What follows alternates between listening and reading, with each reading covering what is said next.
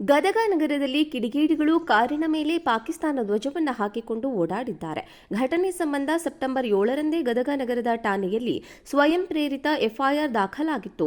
ಆದರೂ ಆರೋಪಿಗಳನ್ನು ಪೊಲೀಸರು ಈವರೆಗೆ ಬಂಧಿಸಿಲ್ಲ. ಕಾರಿನ ಬಾನೆಟ್ ಮೇಲೆ ಪಾಕಿಸ್ತಾನ ಧ್ವಜ ಪ್ರದರ್ಶಿಸಿ ತಹಸೀನ್ ಎಂಬಾತನ ಇನ್ಸ್ಟಾಗ್ರಾಂ ಐಡಿಯಿಂದ ಪೋಸ್ಟ್ ಮಾಡಲಾಗಿತ್ತು. ಸಮಾಜದ ಐಕ್ಯತೆಗೆ ಧಕ್ಕೆ, ಸೌಹಾರ್ದತೆಗೆ ಬಾಧಕವಾಗುವ ಕೃತ್ಯ ಎಂದು ಪರಿಗಣಿಸಲಾಗಿ ಬಿಎನ್ಎಸ್ ಕಾಯ್ದೆ ಕಲಂ 299, 353/2, 6/W, 3/5 ಅಡಿ ಪ್ರಕರಣ ದಾಖಲಿಸಲಾಗಿದೆ. ಆರೋಪಿಯನ್ನ ಇನ್ನೂ ಬಂಧಿಸಿಲ್ಲ.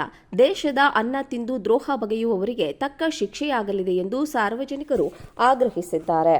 ಗದಗ ನಗರದಲ್ಲಿ ಕಿಡಿಗೇಡಿಗಳು ಕಾರಿನ ಮೇಲೆ ಪಾಕಿಸ್ತಾನ ಧ್ವಜವನ್ನು ಹಾಕಿಕೊಂಡು ಓಡಾಡಿದ್ದಾರೆ. ಘಟನೆ ಸಂಬಂಧ ಸೆಪ್ಟೆಂಬರ್ 7ರಂದೇ ಗದಗ ನಗರದ ಠಾಣೆಯಲ್ಲಿ ಸ್ವಯಂ ಪ್ರೇರಿತ ಎಫ್ಐಆರ್ ದಾಖಲಾಗಿತ್ತು.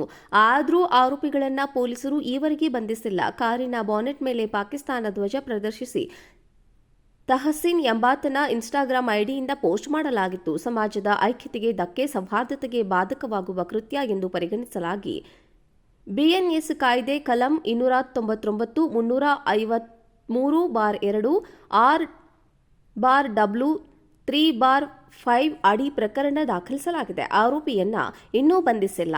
ದೇಶದ ಅನ್ನ ತಿಂದು ದ್ರೋಹ ಬಗೆಯುವವರಿಗೆ ತಕ್ಕ ಶಿಕ್ಷೆಯಾಗಲಿದೆ ಎಂದು ಸಾರ್ವಜನಿಕರು ಆಗ್ರಹಿಸಿದ್ದಾರೆ. ಗದಗ ನಗರದಲ್ಲಿ ಕಿಡಿಗೇಡಿಗಳು ಕಾರಿನ ಮೇಲೆ ಪಾಕಿಸ್ತಾನ ಧ್ವಜವನ್ನು ಹಾಕಿಕೊಂಡು ಓಡಾಡಿದ್ದಾರೆ. ಘಟನೆ ಸಂಬಂಧ ಸೆಪ್ಟೆಂಬರ್ 7ರಂದೇ ಗದಗ ನಗರದ ಠಾಣೆಯಲ್ಲಿ ಸ್ವಯಂ ಪ್ರೇರಿತ ಎಫ್ಐಆರ್ ದಾಖಲಾಗಿತ್ತು.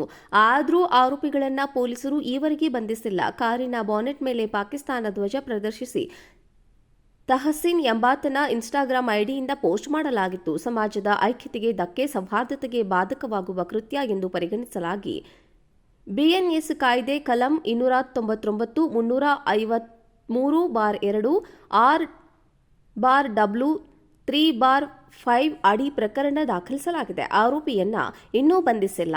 ದೇಶದ ಅನ್ನ ತಿಂದು ದ್ರೋಹ ಬಗೆಯುವವರಿಗೆ ತಕ್ಕ ಶಿಕ್ಷೆಯಾಗಲಿದೆ ಎಂದು ಸಾರ್ವಜನಿಕರು ಆಗ್ರಹಿಸಿದ್ದಾರೆ. ಗದಗ ನಗರದಲ್ಲಿ ಕಿಡಿಗೇಡಿಗಳು ಕಾರಿನ ಮೇಲೆ ಪಾಕಿಸ್ತಾನ ಧ್ವಜವನ್ನು ಹಾಕಿಕೊಂಡು ಓಡಾಡಿದ್ದಾರೆ. ಘಟನೆ ಸಂಬಂಧ ಸೆಪ್ಟೆಂಬರ್ 7ರಂದೇ ಗದಗ ನಗರದ ಠಾಣೆಯಲ್ಲಿ ಸ್ವಯಂ ಪ್ರೇರಿತ ಎಫ್ಐಆರ್ ದಾಖಲಾಗಿತ್ತು.